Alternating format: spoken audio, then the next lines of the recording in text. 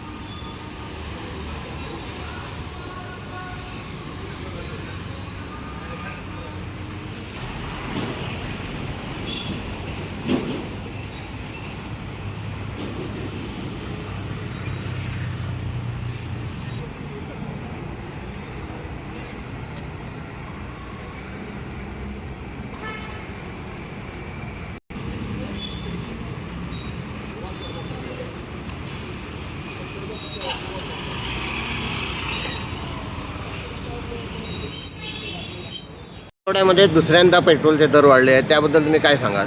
कारण मी वसंत लक्ष्मण सनगरे, राहणार रत्नागिरी. आणि आज इथं आम्ही गावाखेड्यातून येतो.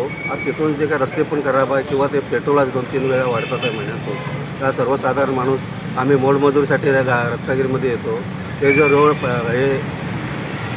महिन्यात जर 2-3 वेळा जर पेट्रोल पण वाढत असेल तर मग आम्ही रोजच्या मजुरदारांनी करायचं काय?